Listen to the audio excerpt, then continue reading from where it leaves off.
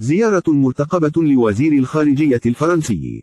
باريس تبحث عن مخرج للأزمة مع الجزائر. في عز الأزمة التي تعيشها العلاقات الجزائرية الفرنسية، يرتقب أن يجري وزير الخارجية الفرنسي جان-نويل بارو زيارة إلى الجزائر. ووفق ما أكد المتحدث باسم وزارة الخارجية الفرنسية كريستوف لوموان خلال ندوة صحفية اليوم الجمعة، فإنه يوجد فعليا مشروع زيارة لوزير الخارجية الفرنسي إلى الجزائر.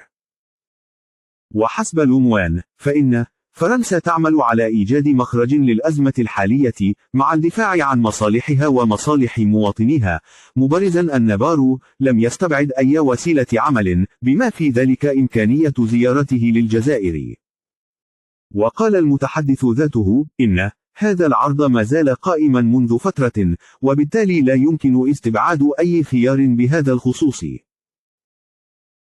تطرق المتحدث باسم وزارة الخارجية الفرنسية كريستوف لوموان إلى قضية الكاتب المثير للجدل بوعلام صنصال، لا سيما بعد صدور الحكم في حقه. وقال لوموان في هذا السياق: لقد أعربنا عن أسفنا لقرار المحكمة الجزائرية الصادر أمس، والذي يقضي بسجن السيد صنصال لمدة 5 سنوات.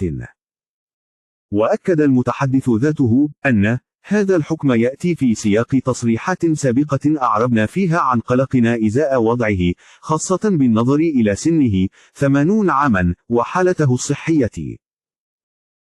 في هذا الصدد، أوضح لوموان أن العلاقات الفرنسية الجزائرية علاقات معقدة ومتعددة الجوانب، تشمل عدة مجالات وقضايا، وسيتم التطرق إلى جميع هذه المسائل في إطار الحوار المستمر بين البلدين. في الوقت الذي يتسبب وزير الداخلية الفرنسي برونو ريتايو في تأزم العلاقات بين البلدين بسبب تصريحاته العدائية وتدخله في مسائل ليست من صلاحياته، يجري التساؤل حول الجهة المسؤولة عن إدارة العلاقات مع الجزائر. في هذا الشأن، أكد لوموان أن لوزارة الخارجية الفرنسية الدور الأساسي في إدارة العلاقات الثنائية التي تربط فرنسا بجميع دول العالم بما في ذلك الجزائر.